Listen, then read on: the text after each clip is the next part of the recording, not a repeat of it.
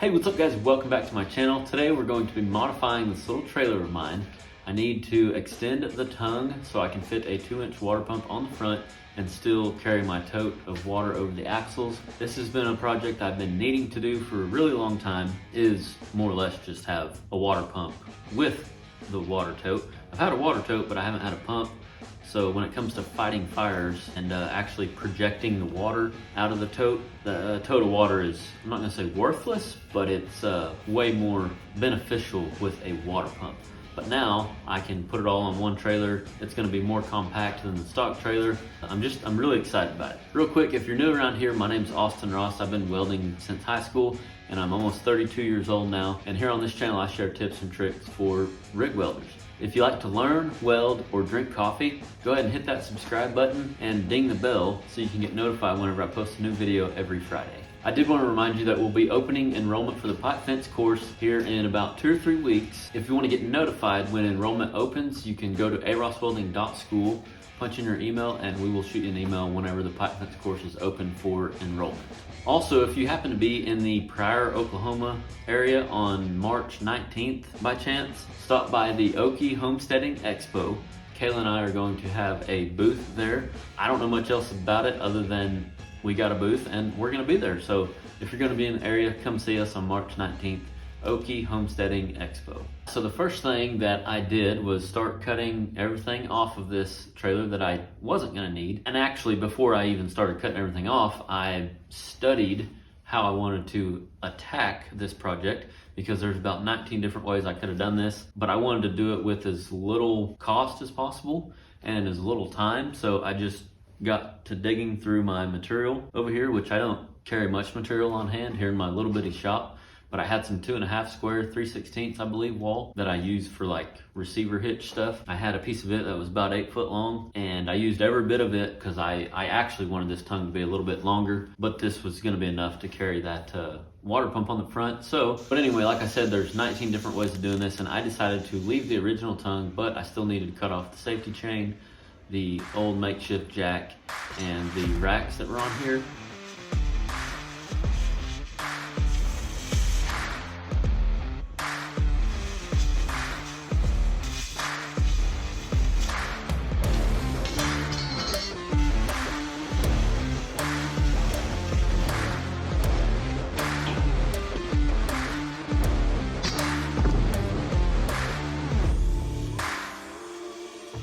This here is a scarfing tip. I've got it on the end of my straight torch.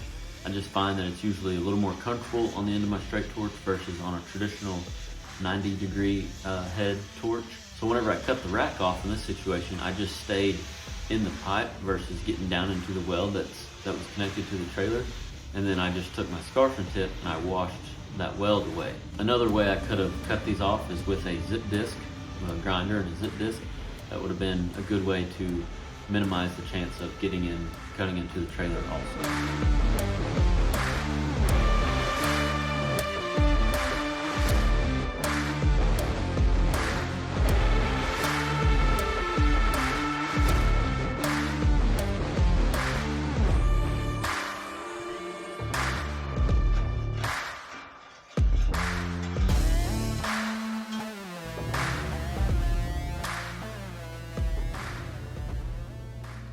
Some of you might be asking how I got my angle that I'm cutting right now on my tubing. And so I'm gonna use these welding rods as reference of the new tubing that I'm adding.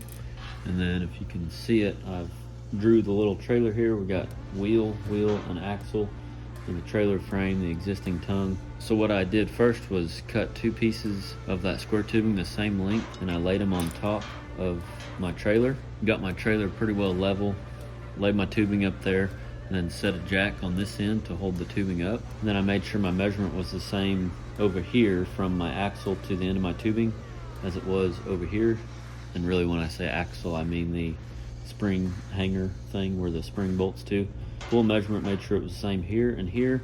And then I've done the same thing, pulled the measurement from those shackles to the end of my tongue here, pulled the measurement here and here, and then just made sure that measurement was the same by moving this end here where they meet until it was square.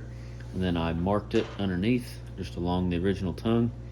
And then I used this guy little angle finder, angle saver thing, bevel, something or another.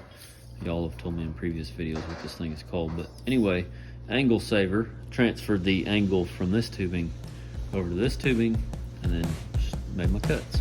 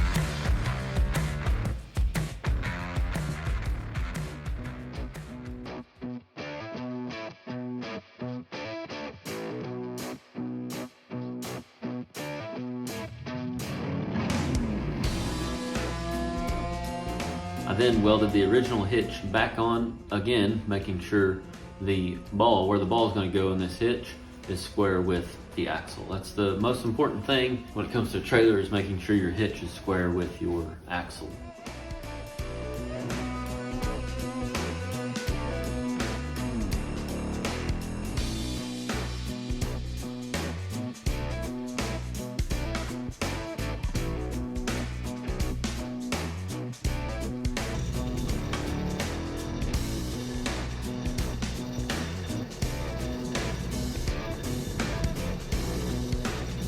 Right here I'm throwing in a piece of 2 7/8 pipe to tie the hitch into the original, where the hitch was mounted before, just adding some more strength right here in the tongue.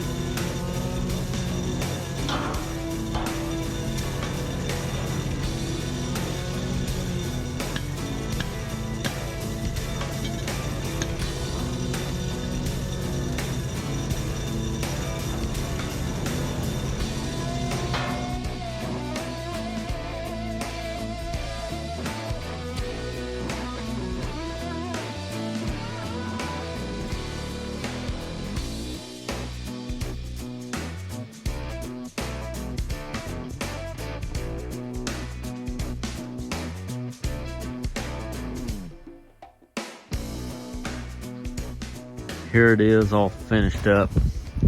I got it all welded out.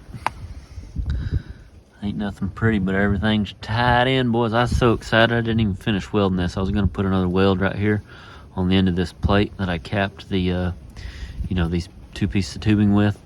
But I was so excited I just wanted to get her all put together like you see here. But anyway, put a new jack on it, went to town, got a suction hose made up, custom length of suction hose made up, and then moved these racks back. What I talked about earlier in the video was scarfing those off. I moved them, I ended up putting them back because I wanted something to hang my water hose from, but I knew I didn't want them that close because I knew my water tote needed to be sitting on that cross member there. Anyway, I got my racks welded back on, Got my pump on the front with fence clips. This is very much a, like I said, temporary situation because I want to be able to use this trailer for other stuff. And in the ideal world, I'll probably build a skid for this. That way I can take this whole operation off and put it like on my other trailer, for instance. Don't worry about that piece of pipe. It's another custom add-on. That's a whole nother video there. There you have it, firefighting rig. Tickle pink, boys and girls. Make do with what you got. Come on. That's a wrap. That's a done deal. We're ready to go fight some fires or prevent some fires. Feels good, feels like progress. I hope you learned something. My advice for this week is when starting out, especially wanting to be a rig welder, whatever that looks like, pipeline, mobile welding business, don't let your high expectations or your crave to have nice things stop you from starting, or don't let that break the bank. Focus on practicality when starting out. I thought about this for a really long time before I said it, because everything I kept saying, it was like contradicting what I also believe in. What I mean by that is I believe in having nice things. I think it's great to present yourself nicely and have everything proper, whatever, like just looking nice. I mean, I think we all tend to like nice things. Like I like to starch my shirt, I like to feel, it makes me feel good. Clean things make me feel good, and I think I'm not alone.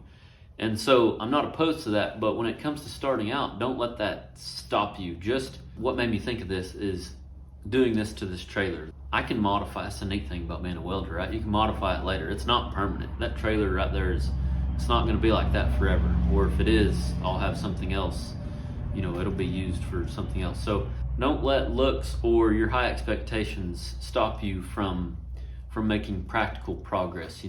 It's okay to drive a two-wheel drive 90s model pickup starting out. You don't have to have a 2020 pickup to put a weld machine in. Now, them goals are good to have. It's good to strive for those things. But when starting out, just focus on building good relationships and doing good work.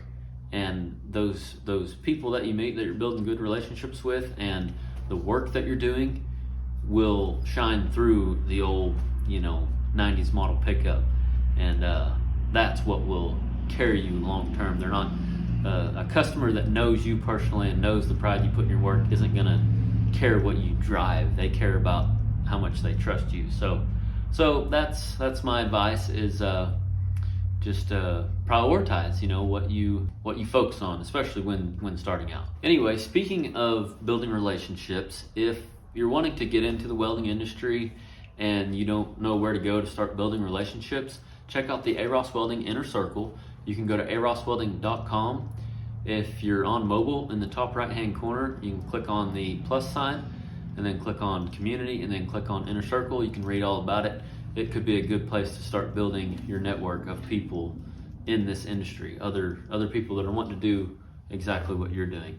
Relationships are just as important as your skill set, in my opinion. So check out the Inner Circle. Don't forget to come see us in Pryor, Oklahoma, March 19th, and go to arosswelding.school to get on the waiting list for the pipe fence course enrollment. Thank you all for watching, and remember, learn something every day.